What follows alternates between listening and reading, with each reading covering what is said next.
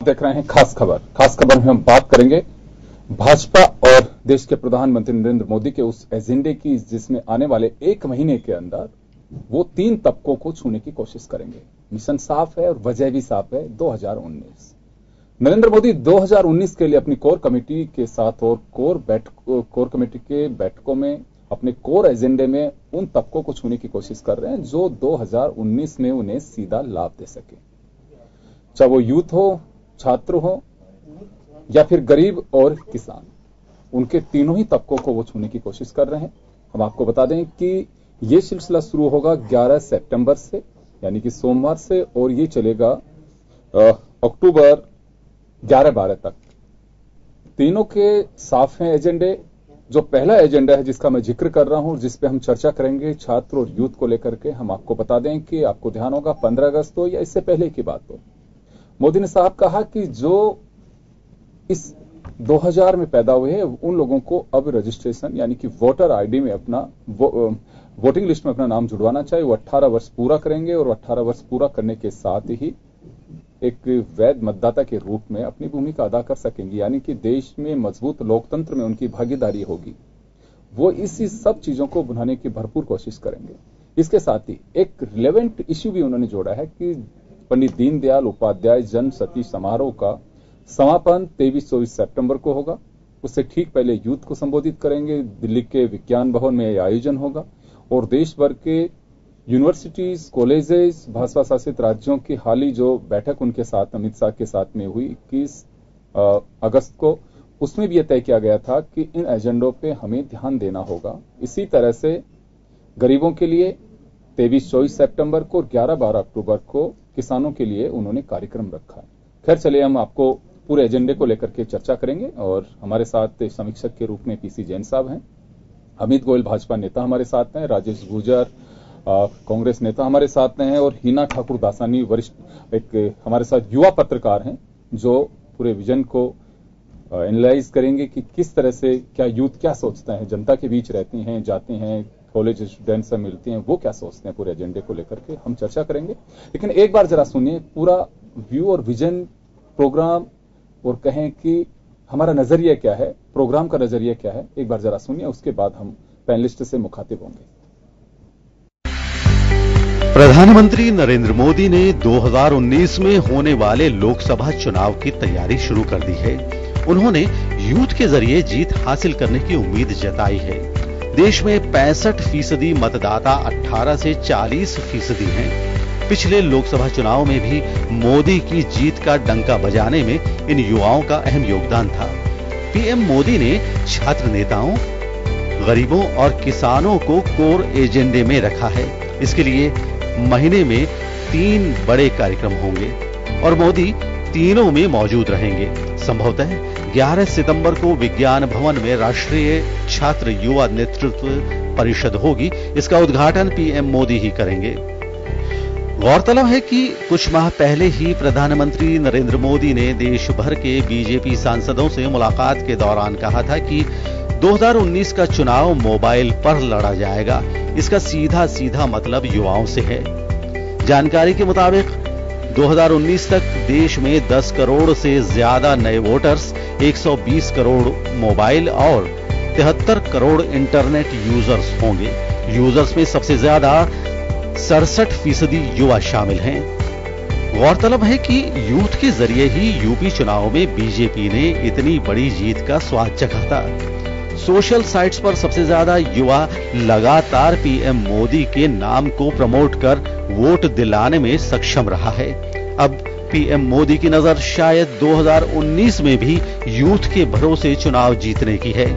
2014 के चुनाव में एनडीए की जीत में सोशल साइट्स पर युवाओं की मौजूदगी ने अहम रोल निभाया था। मोदी शासित भाजपा सरकार को 3.5 साल पूरे हो चुके हैं। लोकसभा चुनाव से पहले मोदी ने युवाओं को नौकरी, स्वरोजगार और उन्हें सबसे ज्यादा अहमियत का वादा किया था। पीएम मोदी इसके लिए कई आकर्षक योजनाएं भी लाए।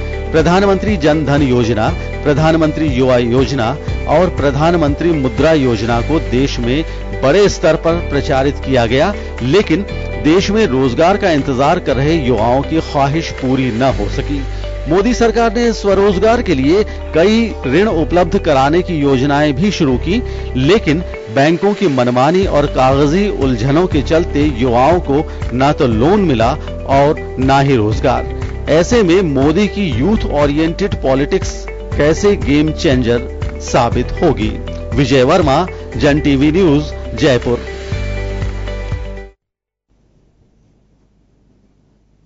तो सारा आपने देखा, एक नजरिया, एक आईना वो दिखाने की कोशिश की गई है कि यूथ मोदी के लिए क्यों आवश्यक है और यूथ से डर भी क्यों सरकार को है। वजह साफ है कि 2014 के जब चुनाव हुए थे उसमें बड़े सपने दिखाए गए थे नौकरी देने के, 2 करोड़ लोगों को नौकरी देने की, लेकिन अब ये कहा जा रहा है कि हमने अवसर उपलब्ध कराए हैं। सरकारी नौकरियां हर कोई नहीं दे सकता और अमित शाह पहले इसे जुमला भी बता चुके हैं 15 लाख के साथ साथ कि हम अवसर दे रहे हैं, सरकारी नौकरी कोई नहीं दे सकता। ये सब यूथ भी जानते हैं और हम भी जानते हैं। खैर चलिए, लेकिन मोदी साहब यूथ को ऐसे जाने नहीं देंगे। यूथ के बीच अपनी पूरी पैठ जमाने की कोशिश करेंगे और उन्हें मालूम है कि 2019 का चुनाव मेरे लिए इतना सहज नहीं है जो 2014 का था। इसके लिए यूथ के बीच में जो जाना होगा और यूथ को ही टारगेट करके हमें वोट के रूप में साधना होगा। चलिए, पीसी जैन साहब हमारे साथ हैं। जैन साहब, क्या मानते हैं कि नरेंद्र मोदी के एजेंडे में 1 महीने के प्रोग्राम्स में 3 खास एजेंडे शामिल किए गए हैं। यूथ और छात्र नेता, 500 चुनिंदा छात्र नेताओं को इसके लिए इनवाइट किया गया है और पूरे देश भर के जो यूनिवर्सिटीज हैं सरकारी, उनमें बाकायदा इसे दिखाया जाएगा कि नरेंद्र मोदी का विजन यूथ को लेके क्या है। इनफैक्ट पहली बात तो मैं ये कहूंगा, इस सारी एक्सरसाइज को 2019 के चुनाव से नहीं जोड़ा जाए। इसको इस तरह से लेना चाहिए कि एक देश का प्रधानमंत्री ग्राउंड रियलिटी जानना चाह रहा है कि उन्होंने जो वादे 2014 में किए थे और जो कोशिशें उन्होंने की है उनको कहां तक वो धरातल पे ला पाए हैं, क्या क्या उनको परेशानी आई है, सो दैट उनमें वो इंप्रूवमेंट कर सके, सुधार ला सके। चुनाव से जोड़ के इसकी महत्ता को हम कम नहीं करें। मेरा सबसे पहला रिक्वेस्ट तो आपसे यह है कि इसको इस तरह से लें कि एक देश का प्रधानमंत्री अगर युवाओं से बात करता, जो संभवतः अभी तक किसी भी स्तर पर इस तरह की बातचीत शायद इतिहास में पहले नहीं की होगी, तो एक मोदी जी ने एक नई शुरुआत की है। किसी भी बड़े से नेता का नाम जोड़ करके, शताब्दी समारोह के साथ जोड़ करके ऐसा लिया है, तो हमें इसको एक पॉजिटिव रूप में लेना चाहिए कि एक अच्छी शुरुआत है। और दूसरी बात यह है कि ये बात आपकी सत्य है कि रोज युवाओं को सम्मेलन या भाषणबाजी ये नहीं चाहिए। अब उन्हें रोजगार चाहिए, उन्हें अपना लाइफ सिक्योर्ड चाहिए। अब ये आने वाला समय जुमलों से नहीं चलेगा, अब आपको रियली में एक्ट करना पड़ेगा। आप तो जानते हो ये जिस तरह से सर्जिकल स्ट्राइक की है, लाइक वाइज इस बेरोजगारी पर उस तरह की स्ट्राइक की जाए सो दैट लोगों में या बेरोजगार युवकों को रोजगार मिले, उनके संतुष्टि का लेवल बढ़े। साथ ही साथ में तो ये छोटा सा और जोड़ना चाहूंगा जो विषय नहीं है कि आप इनफैक्ट फैसिलिटेट करिए रोजगार सृजन के लिए प्राइवेट सेक्टर को। आपको मैं थोड़ा सा ले जाना चाहूंगा दूर कि अभी गवर्नमेंट इन्वेस्टमेंट बढ़ा है, अभी पब्लिक इन्वेस्टमेंट बढ़ा है, लेकिन प्राइवेट इन्वेस्टमेंट नहीं बढ़ा है। इसके लिए आपको गुड गवर्नेंस लानी पड़ेगी, ऐसी सुविधाजनक चीजें पैदा करनी पड़ेगी कि व्यापार अच्छी तरह से चले, उद्योग धंधे अच्छी तरह से न केवल लग पाएं बल्कि अच्छी तरह से चलें। ये काम आपको करना चाहिए। बिल्कुल आप सही फरमा रहे हैं।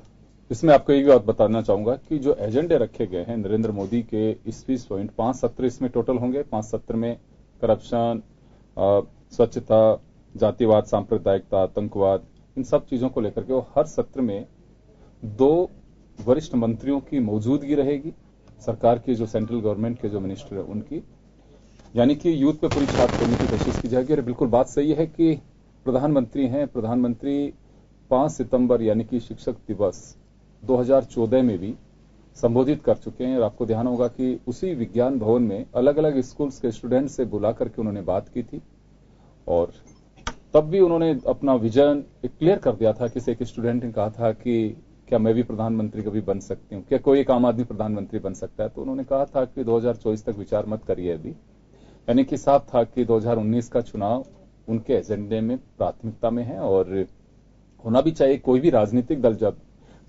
राजनीति में है तो निश्चित रूप से वो जन भागीदारी के साथ साथ लोकतंत्र में राजनीतिक दल ही चुनकर के सरकार बना, उन्हीं के प्रतिनिधि हैं, वो चुनी सरकार के मुखिया के रूप में होते हैं, कुछ प्रतिपक्ष में होते हैं, यानी कि जनप्रतिनिधि की भूमिका में वही होते हैं। चले हिना, मैं आपसे मुखातिब हूंगा और मैं जानना चाहूंगा कि मोदी जी के इस विजन को किस नजरिए से देखना चाहिए।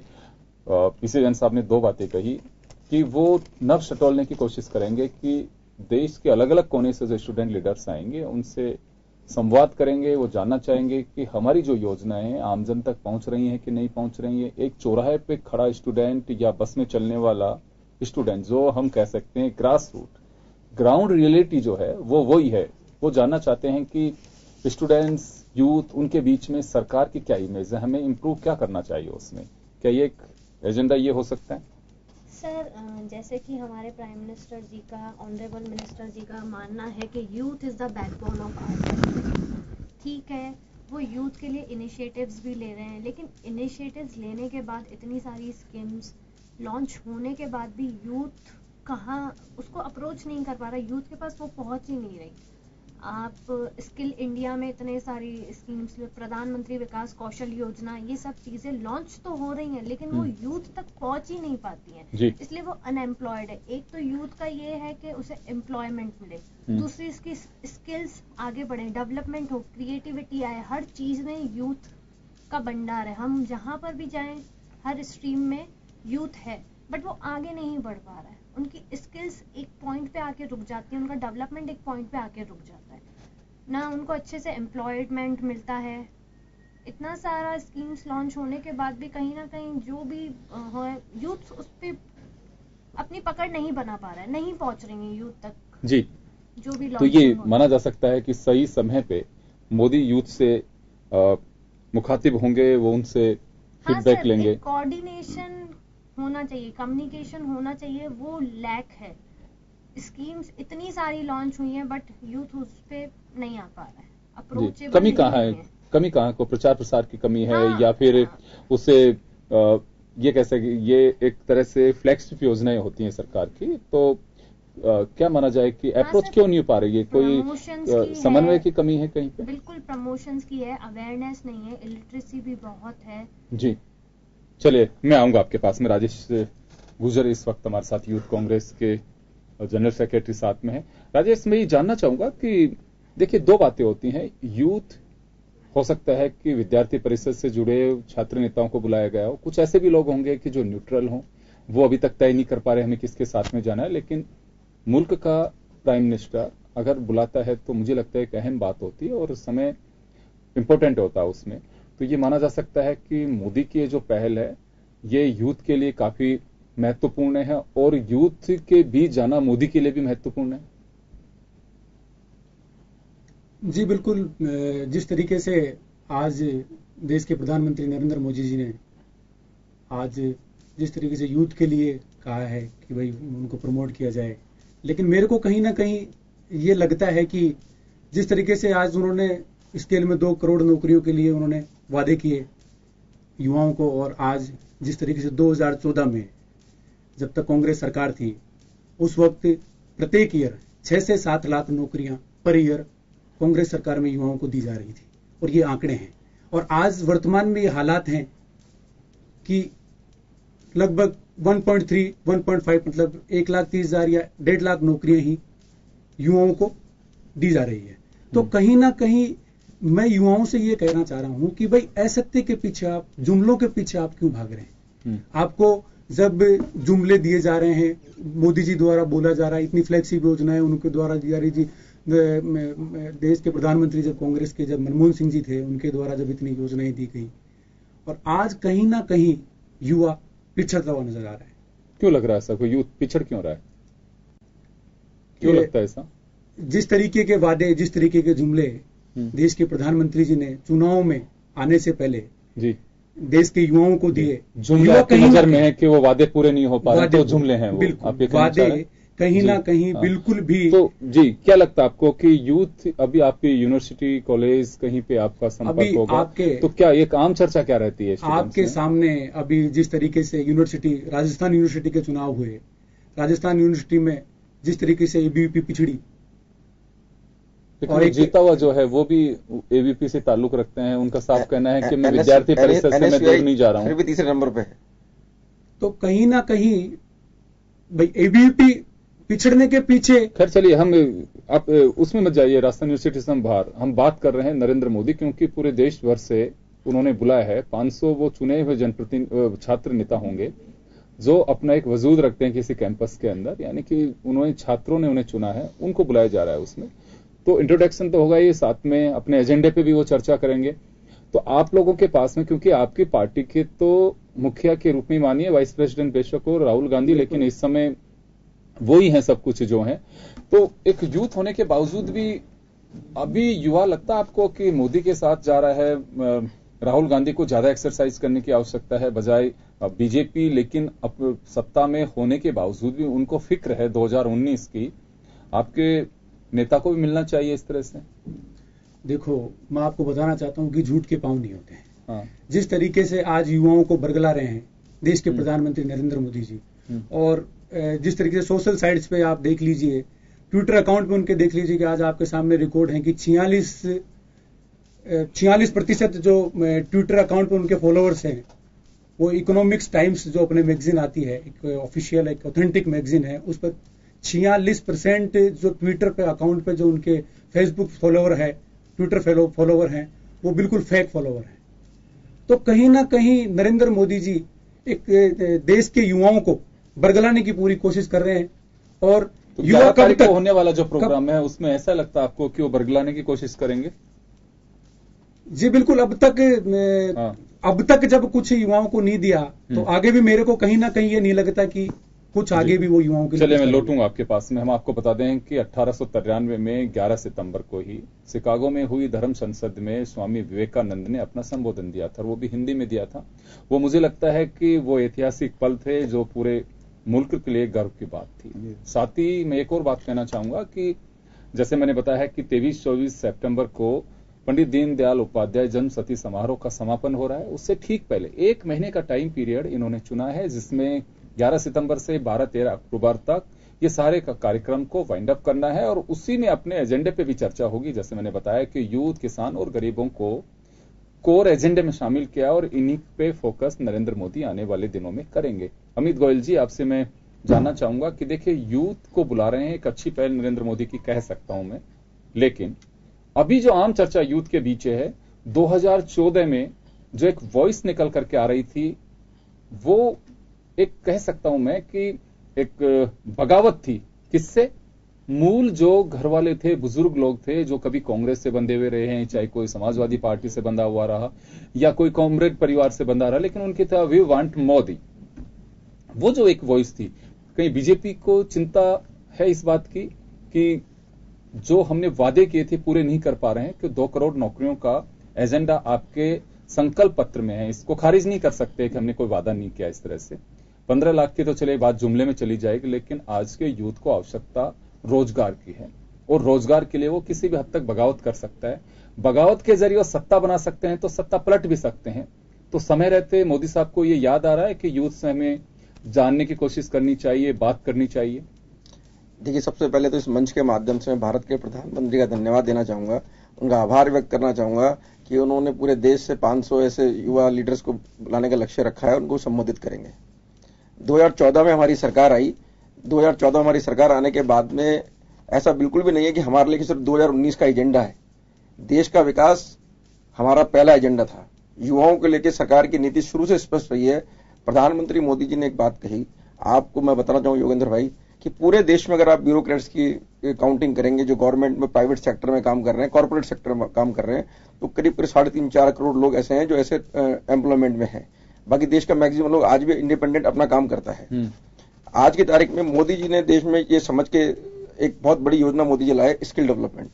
स्किल डेवलपमेंट के माध्यम से पहली बार सरकार ने तय किया कि देश का जो व्यक्ति है आज की तारीख में पढ़ रहा है, एमकॉम कर रहा है, बीकॉम कर रहा है, उसके बाद में उसके पास में आगे कुछ नहीं होता। कई बार उसे बात करें, मैं तेरे को गाड़ी चलानी आती है, वो कार चलानी नहीं आती, बोला आपको प्लम्बर बन सकते हो, बोला नहीं आता, आपको इलेक्ट्रिशियन काम आता है, बोला नहीं आता। मोदी जी ने तय किया कि देश के युवाओं में, क्योंकि 10 लाख नए युवा रोज, 10 लाख नए युवा हर माह रोजगार के लिए देश में आगे आते हैं और 10 लाख सरकारी नौकरी जनरेट करना असंभव है। आप ये मान के चलिए कि सरकारी नौकरी का जो पैसा देना पड़ता है आम जनता से टैक्स के पैसे लेकर हमको आगे चुकाना पड़ता है। आप सही फरमा रहे हैं। मैं पूरी बात अपनी करूं। हिना ने एक बात कही थी जो आप कह रहे हैं कि नो डाउट किसी भी सरकार की योजनाएं जो होती हैं जनता को समर्पित होती हैं, जनता को आधार बना के योजनाएं बनाई जाती हैं, लेकिन यूथ के बीच आप लोग कह रहे हैं कि पार्टी स्तर पर चर्चा होती होगी इन तमाम चीजों की, लेकिन अभी भी आप लोगों को इस पर गौर फरमाना चाहिए कि जनता के बीच वो मैसेज नहीं है, जिस यूथ को उसका लाभ मिलना चाहिए वो नहीं मिल पा रहा है। या तो कहीं ना कहीं आप लोगों को जो लगातार से अमित शाह साहब आए हो, जयपुर में आए हो 110 के दिन के प्रवास पे, वो पूरे देश भर के अलग अलग राज्यों में, वहां बात यही कही जाती है कि सरकार की योजनाओं का क्या इफेक्ट है आम जनता पे, उनके बीच जा रही है कि नहीं जा रही है, आप लोग कितनी लेकर के जा रहे हो, लगातार आपकी मीटिंगें होती हैं। अगर ये अभाव अभी भी कैपिटल में अगर चर्चा में, तो आप रूरल बेल्ट का तब अंदाजा लगा सकते हैं कि वहां क्या स्थिति होगी। देखिए, मैं एक बात कहना चाहूंगा योगेंद्र भाई, हमारा एक शुरू से एक ध्येय है अंत्योदय। जब तक देश के अंतिम व्यक्ति के पास में सुविधाएं नहीं पहुंचे तब तक हमारा काम खत्म नहीं होता। बिल्कुल सही। हमारी सरकार 3 साल से, आपने भी कहा, मैं भी वही कह रहा हूं, हमारी सरकार और हमारा संगठन, हम सत्ता पक्ष में बैठने के बावजूद भी हमारा संगठन, हमारे कार्यकर्ता सरकार की योजनाओं को गांव गांव ढाणी ढाणी तक लेके गए। आप ये देखिए, पहली बार सरकार ने युवाओं के लिए बहुत बढ़िया योजना शुरू की। सरकार ने माना कि हर युवा को सरकारी नौकरी नहीं मिल सकती है, उसको सरकार ने स्किल डेवलपमेंट के माध्यम से स्किल्ड किया। उसके बाद हम लाए मुद्रा लोन। मुद्रा लोन के माध्यम से आपकी जानकारी में डालना चाहूं, अभी तक 66 लाख लोगों को सरकार लोन दे चुकी है। 1,42,000 करोड़ रुपए का लोन हम बांट चुके हैं जी। 50,000 रुपए से लेके 10 लाख रुपए तक का लोन उसके अंदर दिया जाता है। जो माइक्रो यूनिट्स हैं, जो छोटे स्तर पर कारोबार करते हैं, तो सरकार का पूरा फोकस उस वर्ग के ऊपर है जो हमेशा पीड़ित रहा है, शोषित रहा है, वंचित रहा है। एमएसएमई की बात कर रहे हैं आप। हाँ, एमएसएमई सेक्टर की बात कर रहे हैं कि उन लोगों को प्रमोट करने की। मैं पीसी जैन साहब से जानना चाहूंगा, 2 बातें अमित गोयल जी ने कही जो बीजेपी के लीडर हैं।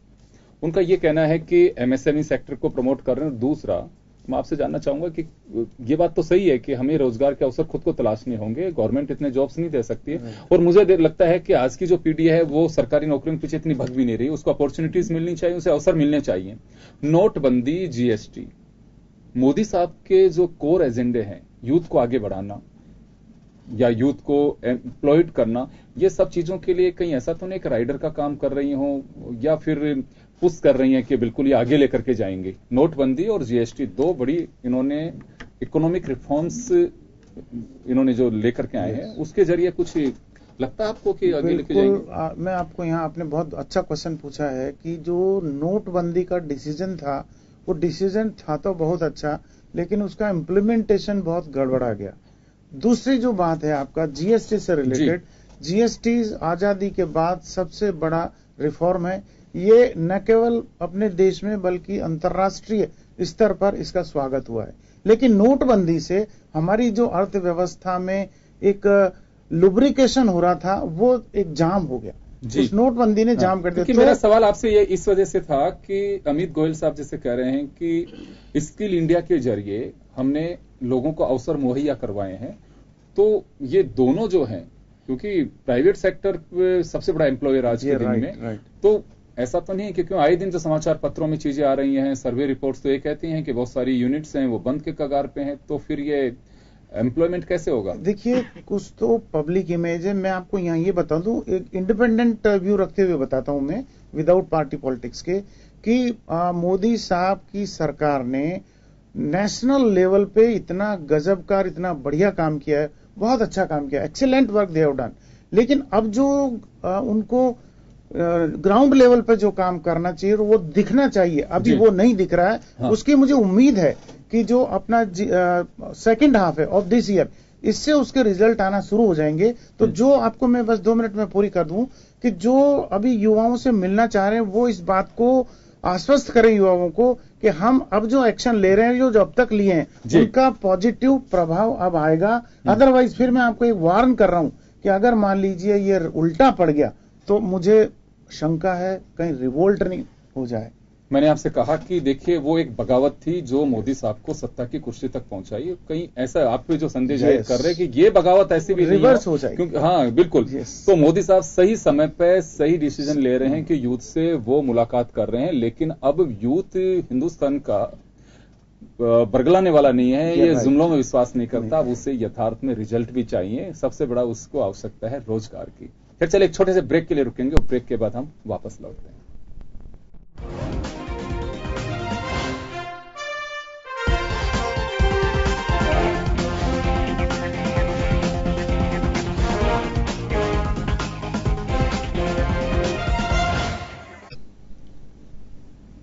ब्रेक के बाद एक बार फिर आपका स्वागत है। आप देख रहे हैं खास खबर और हम बात कर रहे हैं नरेंद्र मोदी और भाजपा के उस कोर एजेंडे पे जिसमें उन्होंने यूथ यानी कि छात्र, गरीब और किसान तीनों को चुना है और एक महीने में ही तीनों से मुखातिब होंगे नरेंद्र मोदी। दिल्ली में विज्ञान भवन में, पूसा स्थित एग्रीकल्चर इंस्टीट्यूट में और गरीबों के लिए जो एक समय उन्होंने मुकर्रर किया उसका भी जगह इन्होंने तय नहीं किए, वहां पे भी ये चर्चा करेंगे। हम आपको बता दें कि तीनों को एक रिलेवेंट मुद्दे के साथ में इन्होंने रखा है। अंत्योदय जो योजना, अंत्योदय नाम से एक संकल्प समारोह करेंगे जिसमें गरीबों से ये मुलाकात करेंगे 23-24 सितंबर में से कोई एक डेट तय करके। 12-13 अक्टूबर को समापन होगा जब लोहिया जी की पुण्यतिथि होगी उस वक्त, और जयप्रकाश नारायण की जयंती होगी। दोनों को काफी उन्होंने, और आपको बता दें कि देखिए एजेंडे कोई भी हो, अभी बात चल रही थी कि ये कोई आवश्यक नहीं है कि एजेंडे में सिर्फ इसी वजह से लिया गया हो। एजेंडा साफ है। बिहार की 40 और उत्तर प्रदेश की 80 सीट बीजेपी के लिए नहीं, सभी राजनीतिक दलों के लिए बहुत महत्वपूर्ण है। आज भी वो समाजवादी लोग, समाजवादी सोच के लोग काफी हैं जो लोहिया और जयप्रकाश नारायण में काफी विश्वास करते हैं। बीजेपी को पहले इतने इन महापुरुषों को बनाने की कोशिश की हो नहीं की हो, लेकिन नरेंद्र मोदी अब जरूर इसे बनाना चाहते हैं। ओम सैनी साहब समीक्षक और वरिष्ठ पत्रकार हमारे साथ हैं। ओम जी, 21 अगस्त को जब बीजेपी की कोर कमेटी की बैठक हुई थी जिसमें भाजपा शासित राज्यों के मुख्यमंत्रियों को भी बुलाया गया था, तब तय किया गया था कि हमें छात्र नेताओं से बीजेपी की ताकि पैठ पहुंच सके उनसे मिलना है, फिर गरीबों से मिलना है और किसानों से मिलना है। इसी महीने 2 मीटिंगें होंगी यूथ से, यानी कि 11 सितंबर को छात्र नेताओं से, चुनिंदा छात्र नेताओं को 500 छात्र नेताओं को बुलाया गया है और पूरे देश भर की यूनिवर्सिटीज में एक व्यवस्था की गई है ताकि प्रधानमंत्री के स्पीच को लाइव टेलीकास्ट करके उन्हें दिखाया जा सके। यह माना जा सकता है कि कोर एजेंडे में मोदी साहब ये समझ गए हैं कि इन तीनों तबकों को जोड़ना बहुत जरूरी है। बिल्कुल योगेंद्र जी, मैं एक बात आपको याद दिला दूं कि ये कोई नया प्रयोग नहीं है। मुझे याद है कि 1967-68 में जब त्रिगुणाथ सेन भारत के शिक्षा मंत्री थे तो उस वक्त पहली बार पूरे हिंदुस्तान के विश्वविद्यालयों के प्रेसिडेंट, सेक्रेटरी और महाविद्यालयों के प्रेसिडेंट, सेक्रेटरीज भी बुलाए गए थे दिल्ली के अंदर, और ये जानने के लिए बुलाए गए थे कि हमारे यहाँ का किस तरह का बोर्ड ऑफ स्टडीज हो, कैसे सिंडिकेट और सीनेट के अंदर रिप्रेजेंटेशन हो। बाय द वे मैं उस वक्त राजस्थान विश्वविद्यालय से मैं गया था, तो उसके जो कुल, और उस वक्त ऐसा माहौल बना था कि भाषा को लेकर बड़ा फसाद फैला हुआ था। साउथ के लोगों, त्रिभाषा फार्मूला जो है त्रिगुणाथ सेन के वक्त में ये सारी चीजें सेटल हुई थी। तो वो बाद में लगातार श्रीमती गांधी भी ये करती रही, उसके बाद में ये वो चल गया, सारा खत्म हो गया मामला। अभी फिर से ये जो प्रयोग करने जा रहे हैं प्रधानमंत्री, वो निश्चित रूप से, क्योंकि 65% ऑफ द पॉपुलेशन, जिसे कहना चाहिए कि 65% जवानों का पॉपुलेशन है जो कॉलेजों में और यूनिवर्सिटीज में पढ़ रहे हैं और जिनके सामने वो सब बातें हैं जिनका खुलासा प्रधानमंत्री ने शासन हासिल करते वक्त कहा था कि हम आपको क्या क्या कुछ नया देंगे, कैसे रोजगार देंगे, कैसे आपको किसानों को क्या राहत देंगे, मजदूरों को क्या राहत देंगे, सब बातें कही थी, वो सब लंबी चौड़ी बातें। अब 2019 सामने है। ऐसी स्थिति में प्रधानमंत्री को उन सब चीजों को रिन्यू करना पड़ेगा, लोगों को समझाना पड़ेगा कि कितना हासिल किया, कितना नहीं किया और उसके लिए कौन से रास्ते पे हम चल रहे हैं। तो ये जब तक नौजवानों की प्रधानमंत्री को वो बल नहीं मिलता है तब तक चीजें बड़ी कमजोर हो जाती हैं। बिल्कुल, बिल्कुल। तो ऐसी स्थिति में ये मेरा ख्याल है कि एक अच्छा प्रयोग है। कुछ इत्तेफाक और ना इत्तेफाकियां सामने आएंगी और प्रधानमंत्री जवाब देंगे। बिल्कुल, इसमें कोई संदेह नहीं है।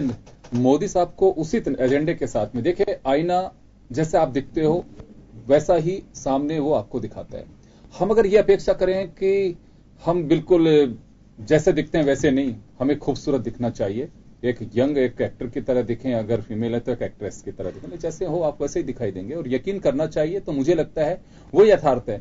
मोदी साहब अगर बुला रहे हैं तो उस दर्पण में विश्वास करना चाहिए कि कुछ अगर वहां पे सच्चाई सामने आती है तो उस पर गौर फरमाना चाहिए और अगर कहीं कमी है तो उसे दूर करना चाहिए। जब तो मुझे लगता है कि यूथ में एक नए भारत को वो ढूंढ रहे हैं, और अगर नहीं है कि केवल यही सुनना चाहते हैं कि वी वांट मोदी, तो मुझे लगता है कि 2014 के उस वॉइस में और 2019 की वॉइस में बहुत अंतर होगा। जैसे मैंने पहले भी कहा कि 2014 की जीत नरेंद्र मोदी की वो बगावत की जीत थी, जिन्होंने विश्वास किया और बगावत की परिवारों के साथ, राजनीतिक दलों के साथ एक विचारधारा के साथ सिर्फ एक ही बात नजर आती थी, मुल्क को एक मजबूत प्रधानमंत्री चाहिए जो डिसीजन कर सके। और क्योंकि उसी दौरान कांग्रेस के साथ एक सबसे बड़ी बात यह थी कि 10 साल का शासनकाल, और यूथ एक यकीन नहीं कर रहे थे कि लगातार जिस तरह के स्कैम्स बाहर निकल करके आ रहे थे, तो एक आवश्यकता ऐसी महसूस की जा रही थी कि हमें एक ऐसा प्रधानमंत्री चाहिए जो बिल्कुल यूथ की सोच के साथ में चले। वो विश्वास किया नरेंद्र मोदी ने। जैसे मैंने कहा कि एक बगावत की जीत थी, बगावत वैसी जो एक मुखर आवाज, और जिसने एक ही बात कही कि किसी से कोई ताल्लुक नहीं, मुझे मोदी देखना चाहता हूं। यही वजह है कि कोई लटक रहा है कहीं पे बांस पे एक झलक पाने के लिए मोदी की। और अगर मोदी साहब ये सब चीजें अगर नहीं होती हैं तो ये यूथ है, बदलते वक्त भी हवा बदलती है, जैसे ही रुख वैसे यूथ भी बदल सकता है। क्योंकि आज का यूथ वो नहीं है कि पार्टी ओरिएंटेड नहीं है, उसी विचारधारा ही ना। मैं आपसे जानना चाहूंगा, ये यूथ के बीच आप जाती हैं जी सर। जी, अभी एक चर्चा जो है वो किस तरह की उम्मीद करते हैं नरेंद्र मोदी से? सर हमारे जो ऑनरेबल मिनिस्टर्स हैं उनसे यही यूथ एक्सपेक्ट कर रहा है कि वो जो यूथ की प्रॉब्लम है उसको एनालाइज करें जी, फिर स्टेप बाय स्टेप अच्छे से डिसीजंस लेकर, क्योंकि सबको पता है कि हमारे प्राइम मिनिस्टर का डिसीजन मेकिंग बहुत स्ट्रांग है। अच्छे डिसीजंस लेकर अच्छी जो रोल्स होते हैं, अच्छे जो पार्ट्स होते हैं वो सामने आए यूथ के, तो डेफिनेटली ये श्योर है कि हमारा यूथ डिसअपॉइंट नहीं होगा। कहीं ना कहीं ये बहुत हो गया है आज के टाइम पे कि एम्प्लॉयमेंट अपॉर्चुनिटीज है ही नहीं। कितना भी स्किल्ड हो इंसान बट वो पीछे रह जाता है बिकॉज उसके पास वो अनएम्प्लॉयड है, अपॉर्चुनिटीज ही नहीं है, वो जनरेट करने की नीड है हमारे जी। अभी जैसे कि अमित गोयल साहब ने कहा ब्रेक से पहले कि make in India, digital India, skill India, ये वो प्लेटफॉर्म्स हैं जो यूथ को जोड़ रहे हैं। जी सर, इससे यही रखा गया था, इसका विजन यही था कि इससे यूथ जुड़े जी, बट यूथ नहीं जुड़ पाया जी। लेकिन स्किल डेवलपमेंट, आप एक युवा पत्रकार हैं, जनता के बीच जाती हैं, आप एक निष्पक्ष विचार अपने रख रही हैं। यहाँ पे बीजेपी के सबसे बड़े जो प्लेटफॉर्म्स हैं जिसके आधार पे वो वोट मांगेंगे, वो स्किल इंडिया, स्किल डेवलपमेंट, इसको तो नरेंद्र मोदी साहब अभी हाल ही में जब ब्रिक्स सम्मेलन में गए थे तो वहां भी इसका जिक्र था, नोटबंदी का भी जिक्र उन्होंने किया था। तो स्किल इंडिया की आप कह रही हैं कि यूथ को कोई लाभ नहीं मिल रहा, तो मोदी साहब तो ये सब कुछ ही देखने और दिखाने के लिए बुला रहे हैं यूथ को। सर मैंने पहले भी कहा था और मैं अभी भी कह रही हूँ, इस अवेयरनेस की कहीं ना कहीं कमी है, यूथ में कमी है, और जो गवर्नमेंट की स्कीम्स लॉन्च होती हैं वो यूथ तक नहीं पहुंच पा रही हैं। इस पॉइंट पे आकर इतना कंफ्यूजन हो जाता है सबके बीच, क्या क्या किया जाए। एमकॉम होने के बाद, ग्रेजुएट होने के बाद, पीएचडी करने के बाद, हर स्ट्रीम में टॉपर होने के बाद भी एम्प्लॉयमेंट अपॉर्चुनिटीज नहीं है। योगेन जी, मैं इसमें बात एक जोड़ना चाहता हूँ खासतौर से, क्योंकि रूडी साहब का जो स्टेटमेंट है कि स्किल इंडिया, स्किल राइट, हाँ भाई, मैं तो स्किल कर सकता था कि मुझे ये जॉब्स अपॉर्चुनिटी, ये समन्वय चाहिए कि जिनको आप स्किल कर रहे हैं उनके लिए जॉब्स भी होने चाहिए। सिर्फ स्किल लोग पैदा करके आप जॉब्स अगर आप नहीं दे रहे हैं तो एक फ्रस्ट्रेशन होगा। और मेरा ऐसा ख्याल है कि हिंदुस्तान में इस वक्त ये सबसे बड़ा फ्रस्ट्रेशन है नौजवानों में। जैसे ही जॉब का सिलसिला सामने आता है वो परेशान हो जाता है। बिल्कुल, मैं कहीं दूर की बात नहीं, मैं जयपुर शहर में देख रहा हूं, मैं अपने घर में ही देख रहा हूं, बहुत क्वालिफाइड होने के बावजूद भी दे आर जॉबलेस, जॉब्स ही नहीं है। तो ये जो सबसे बड़ी बात है, हिना ने एक बात कही है, बहुत ही एक मुद्दे की बात इन्होंने की है। पहले बात तो आप देख सकते हैं कि गवर्नमेंट या बड़े इंस्टीट्यूट्स में जब बच्चे स्कूल से पास आउट होते हैं तो पहले तो एडमिशन की चिंता पेरेंट्स को भी और स्टूडेंट को भी। 90% भी अगर आती हैं तो वो एक मायूस रहता है कि मेरा एडमिशन मैं जैसी जगह चाहता हूं वह नहीं होगा। कोशिश करते हैं बच्चे 95 अबाउ 100% तक कोशिश की जाती है। आजकल तो 99% सीबीएसई में आने लग गए हैं। उन बच्चों को भी ये लगता है कि पूछते हैं, पहला सवाल ये है कि जहां मैं एडमिशन चाहता हूं मेरा एडमिशन तो हो जाएगा। ये हालात हैं। और उसके बाद जब लगता है कि मुझे एक स्कॉलर स्टूडेंट बनना है या फिर गोल्ड मेडलिस्ट बनता है, वो बन भी जाते हैं। फिर पता लगता है कि मैंने जो लाइफ की मेहनत की है या जो मैंने अभी मुझे नौकरी तलाशनी पड़ेगी, जबकि उम्मीद ये लेके चलता है कि मैं इतनी मेहनत कर रहा हूं कि नौकरी मेरे पीछे भगनी चाहिए। वो एक पोजीशन है, यहीं पे आकर के थोड़ी सी स्थितियां बदल रही। और बात यह नहीं है कि कोई नरेंद्र मोदी की बात हो या राहुल गांधी की बात हो, ये इस वक्त मुझे लगता है कि पार्टियों को, जनप्रतिनिधियों को चिंता करने का विषय है। यूथ के साथ तो इंटरेक्ट कर ही रहे हैं नरेंद्र मोदी साहब, मुझे लगता है कि सभी राजनीतिक दलों के साथ भी इस पर चर्चा करनी चाहिए कि हमें भविष्य की चिंता, जैसे कि आज कहीं पाकिस्तान के साथ तनाव हुआ, कश्मीर में पत्थरबाजी हो रही है तो सर्वदलीय बैठक बुलाई जाती है, फ्लड पे सर्वदलीय बैठक बुलाई जाती है, सूखा पड़ा तो सर्वदलीय बैठक बुलाई जाती है। मैं तो कहूंगा कि सबसे बड़ी चुनौती इस मुल्क के सामने, नहीं दुनिया के सामने बेरोजगारी है। और अगर इस सुनामी को अगर हमने नहीं संभाला तो बड़ी विकट स्थितियां होंगी। अभी भी वक्त है कि हमें संभलना चाहिए, सबसे चर्चा करनी चाहिए कि रास्ते क्या निकल सकते हैं। राजेश, मैं आपसे जानना चाहूंगा कि एक पहल कर रहे हैं नरेंद्र मोदी यूथ से मिलने की। हम एक बार के लिए खारिज करते हैं कि 2019 का उनका कोई एजेंडा होगा। वो जानना चाहते हैं कि जो कुछ हम कर रहे हैं वो प्रयास काफी है या नाकाफी है, और चाहता क्या है हमारा यूथ। एक पहल तो कही जा सकती है कि अच्छी कर रहे हैं नरेंद्र मोदी। बिल्कुल योगेंद्र जी, आप सही कह रहे हैं कि मिल रहे हैं। अगर वो विद्यार्थियों से, युवाओं से मिल रहे हैं, अग्रिम संगठन के पदाधिकारियों से मिल रहे हैं, किसानों से मिल रहे हैं, तो पहल तो अच्छी कर रहे हैं, लेकिन उसका रिजल्ट क्या रहता है भाई? आज तक रिजल्ट तो होने के बाद ही पता लगेगा। 3 साल में जब रिजल्ट नहीं आ पाया तो मेरे को कहीं ना कहीं नहीं लगता कि वो दोबारा ये हो पाएगा, ऐसा पॉसिबल। तो आपको उम्मीद नहीं है? बिल्कुल, मेरे को उम्मीद की वजह क्या लगती है आपको? क्या आपने कहा कि 3 साल में कुछ नहीं हो पाया है, या अपोजिशन के आप लीडर हैं, इस नाते उम्मीद नहीं है कि भरोसा कहीं तो करना ही होगा? नहीं, बिल्कुल भरोसा करना भी पड़ेगा, लेकिन अब तक जब 3 साल में भाई समय कितना चाहिए कि भाई वापस वही चुनावी जुमले आ जाएंगे, 6 महीने बाद में आचार संहिता लग जाएगी, फिर वही आप बड़े बड़े जुमले दोगे, बड़े बड़े भाषण दोगे। आपके राष्ट्रीय अध्यक्ष जी अमित शाह जी आएंगे, वही खुद एक्सेप्ट कर चुके हैं इस चीज को भी, हम जुमले ही दे रहे हैं, वो चुनावी जुमले थे। तो 6 महीने बाद में वापस जब आचार संहिता लग जाएगी, उसके बाद में आप कब करोगे? युवाओं को तो आज चाहिए, आज 2 करोड़। एक बात मैं जानना चाहूंगा कि बहुत लंबा वक्त नहीं हुआ है आप लोगों से को भी सत्ता से बाहर हुए। 3 साल में ऐसा नहीं हो कि अचानक हमारे यहाँ बेरोजगारी बढ़ी हो कि या हमारे यहाँ अव्यवस्थित हो गया हो। 10 साल आप लोग शासन में रहे हो, कोई ऐसी चीज बता सकते हैं कि जिसपे अगर अच्छी चीज है तो उसे अप्रिशिएट करना चाहिए, और सरकार चाहे किसी की भी पार्टी की हो, उससे एहसास होना चाहिए इस बात का कि हम इसे लागू करें।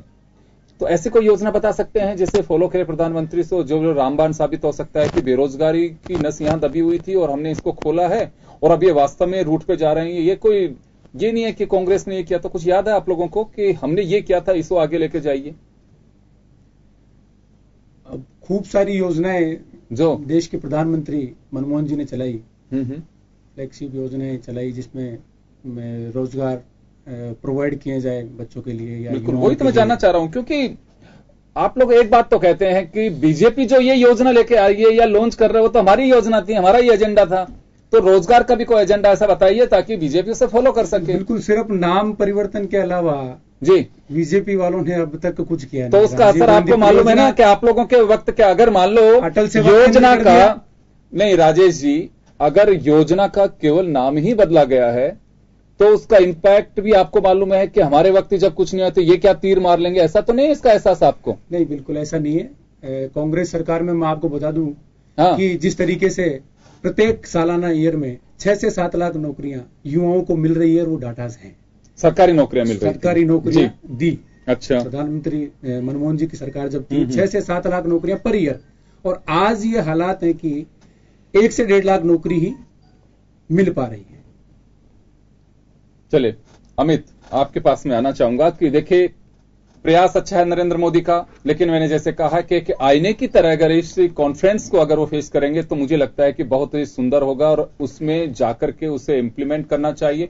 अगर कमी है तो उसे पहचानने की कोशिश करनी चाहिए। देखिए योगेंद्र जी, मैं एक बहुत अच्छी बात कहना चाहूंगा। मेरे कांग्रेस के मित्र राजेश जी बैठे हैं यहाँ पे। इस डिबेट का अगर मैं कहीं और मोड़ने का प्रयास नहीं कर रहा हूं, लेकिन इनकी जानकारी मैं थोड़ी बड़ा आभारी हूंगा मैं आपका, क्योंकि समय का बहुत ही अच्छी बात हो रही है। 70 साल की देश की आजादी में करीब 50 साल कांग्रेस ने देश पर राज किया। हाँ। आज इस चैनल पर ये जो बात करते हैं, बात ये बेरोजगारी है या ये है वो है, उसके लिए 3 साल में पूरा ठीक रहा, हमारी सरकार को फोड़ना चाहते हैं, तो उनको चिंतन करने की आवश्यकता है कि अगर इनकी नीतियां अच्छी होती शायद इस स्थिति देश में नहीं बनती। दूसरी बात मैं कह रहा हूं, मैं आपको फिर कह रहा हूं, आपने भी माना है, ओम सैनी जी वरिष्ठ पत्रकार बैठे हैं और सभी ये जानते हैं कि पहली बार देश में ऐसा एक प्रधानमंत्री है जो चाहता है कि जनता के पास जाए तो जवाबदेही के साथ में जाए। हर काम के लिए जो उन्होंने घोषणा पत्र में वादा किया, वो जब 2019 के चुनाव में बीजेपी जाएगी तो उससे पहले उनके पास एक कहने को होना चाहिए, हमने आपसे वादा किया था और इस वादे को लेकर हमने ये काम किया। मैंने पहले भी आपको बताया, मुद्रा लोन के अंतर्गत 66 लाख लोगों को हम अब तक लोन दे चुके हैं, 23.5 लाख महिलाएं हैं उसके अंदर। हमारे देश के प्रधानमंत्री जानते हैं कि हर आदमी के लिए सरकारी नौकरी डेवलप करना पॉसिबल नहीं है, क्योंकि उसका अगर आप सरकारी नौकरी देंगे तो उसके ऊपर जो पैसा खर्च होगा वो पैसा भी जो आएगा वो जनता के टैक्स से आएगा। तो कुल मिला के एंटरप्रेन्योरशिप डेवलप करना और देश के युवाओं को स्वयं रोजगार के लिए प्रेरित करना एक बहुत बड़ी पहल है। दूसरी बात, स्किल डेवलपमेंट की आप बात करें, आज आप मान के चलिए जो पोजीशन आज की तारीख में देश में फॉरेन इन्वेस्टमेंट आ रहा है, जब फॉरेन का इन्वेस्टमेंट आता है, नई इंडस्ट्रीज लगती है, डेवलपमेंट्स होते हैं, नई टेक्नोलॉजी आती है साथ में, तो साथ में रोजगार भी होता है। जब रोजगार होता है तो उनको हमेशा बाहर की कंपनीज जो होती हैं वो हमेशा सर्टिफाइड स्किल्ड लेबर में विश्वास करती हैं कि भाई जो लोग यहाँ काम करेंगे वो कम से सर्टिफाइड रूप से स्किल्ड हो। हमारे देश के प्रधानमंत्री जी ने जो 1 करोड़ लोगों को स्किल्ड करने का लक्ष्य रखा गया था, मार्च 2017 तक 58 लाख लोगों ने स्किल्ड बिल्कुल करिए डिपार्टमेंट के माध्यम से। अमित जी, स्किल तो होना चाहिए, सर मैं एक बात और कह रहा हूं, आप ये देखिए, युवाओं की चिंता थी। पहली बार हमारे देश के प्रधानमंत्री ने चतुर्थ श्रेणी और तृतीय श्रेणी कर्मचारियों के जो इंटरव्यूज होते थे उनको खत्म करा, उन्होंने भ्रष्टाचार खत्म किया, एक ट्रांसपेरेंसी डेवलप की युवाओं के लिए। अब आप बात कर रहे हैं युवाओं के और भविष्य के हिसाब से, पहली बार देश के अंदर आप बात करें तो 7 IIM, 6 नई IIT, 10 एम्स किसके लिए खुल रहे हैं? ये युवाओं के लिए खुल रहे हैं। पहली बार देश में सरकार एक बिल्कुल ऐसे रिफॉर्म ला रही है कि एक विकसित भारत, एक डेवलपिंग इंडिया, उस ओर सरकार बढ़ रही है।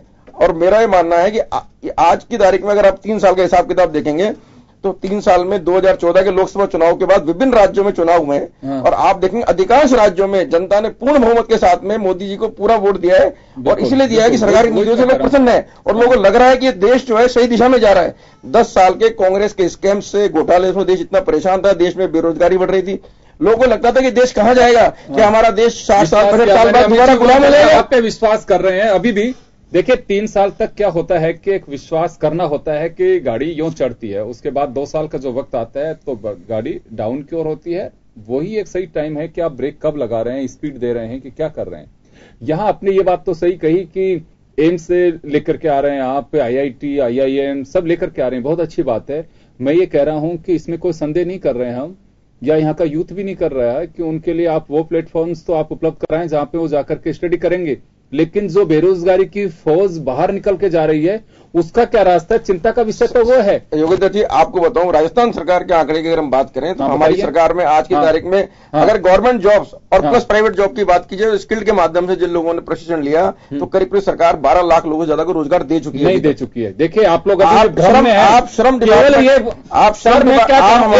डिपार्टमेंट, नहीं मेरा एक निवेदन आपसे, मैं कह रहा हूं सुन लीजिए, मेरा एक निवेदन सर, श्रम डिपार्टमेंट की हमारी वेबसाइट पे जाइए, उन सबके नाम, उनके एड्रेसेस आपको मिलेंगे, आप कंफर्म कीजिए। नहीं है, उनको आपने स्किल्ड किया है। स्किल्ड कैसे किया? सुनिए आप, CAG की रिपोर्ट, हाल के असेंबली सेशन जो बजट सत्र था सर्वाधिक दिन चलता है, उसी के अंदर आपको CAG रिपोर्ट मालूम है? जिस CAG की रिपोर्ट को लेकर के कॉमनवेल्थ घोटाले के अंदर इन्हीं के पार्टी के सीनियर लीडर को जेल जाना पड़ा था, उसमें साफ लिखा हुआ है कि बहुत ही हम अंधकार में पोजीशन में है कि जिस जगह पे आप स्किल डेवलपमेंट की बात कर रहे हैं और जो प्रशिक्षित करने की बात कर रहे हैं वहां तो लोग ही नहीं है लगातार। ये तो CAG की रिपोर्ट है, CAG की रिपोर्ट पढ़ी आप लोगों ने। सरकार ने अपने अंदाज से विश्वास करते हैं।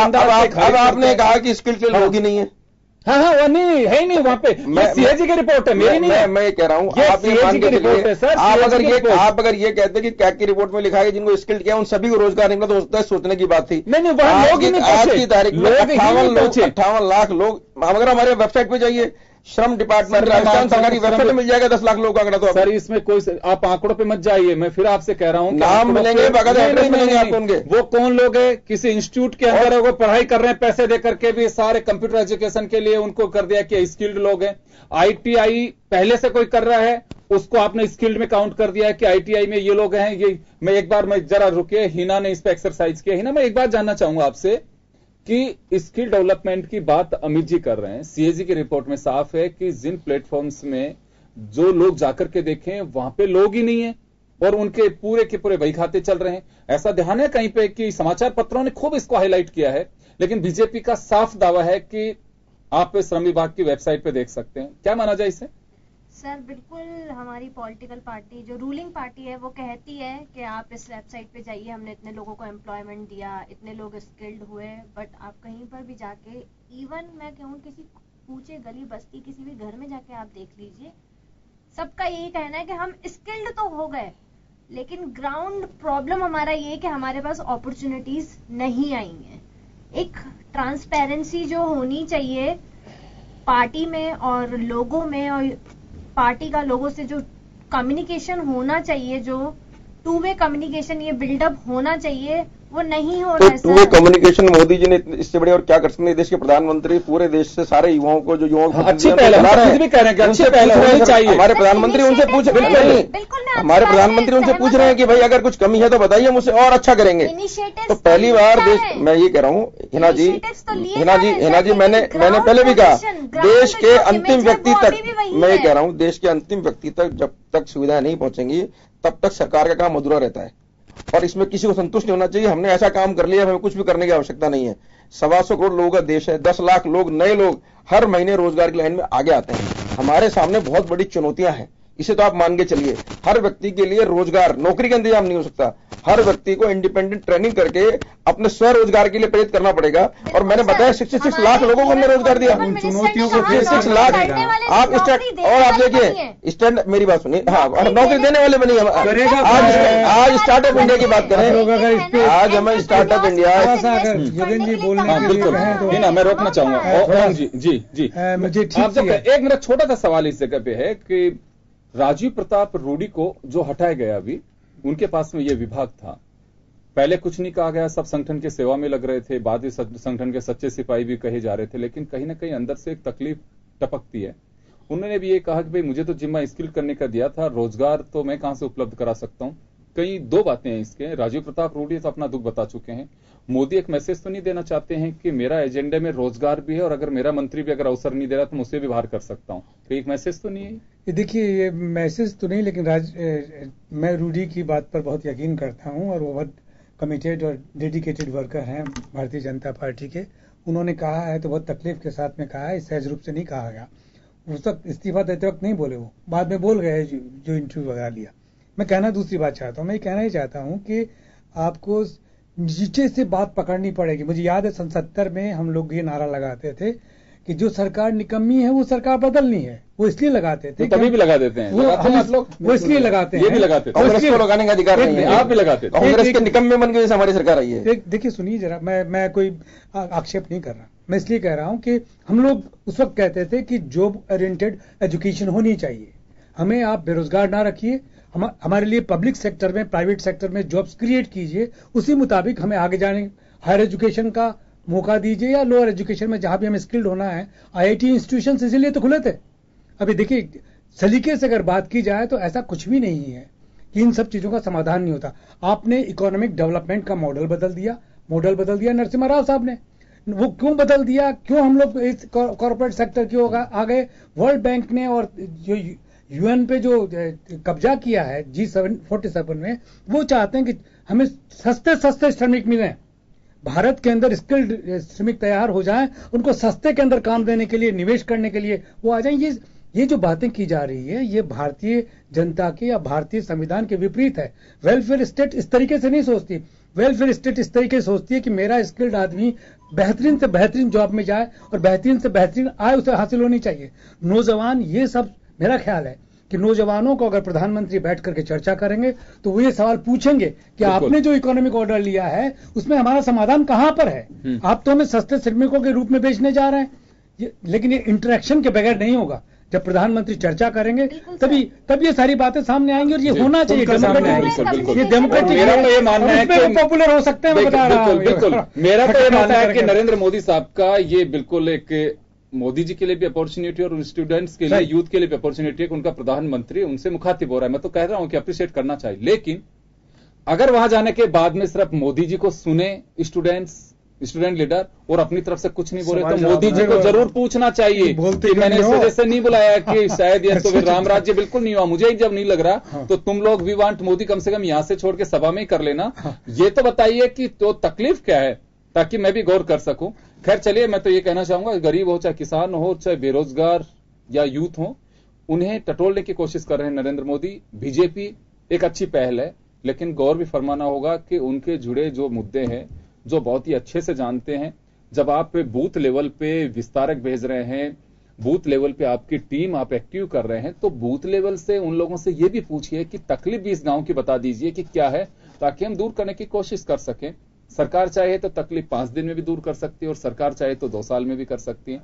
जब सड़कें बनने के लिए कभी भी बन सकते हैं, अमित शाह अगर एक दलित के घर खाना खाने के लिए जाएं, उस मोहल्ले की सड़कें और नाली अगर चकाचक हो जाएं, तो मुझे लगता है सरकार के बूते से बाहर कुछ नहीं है।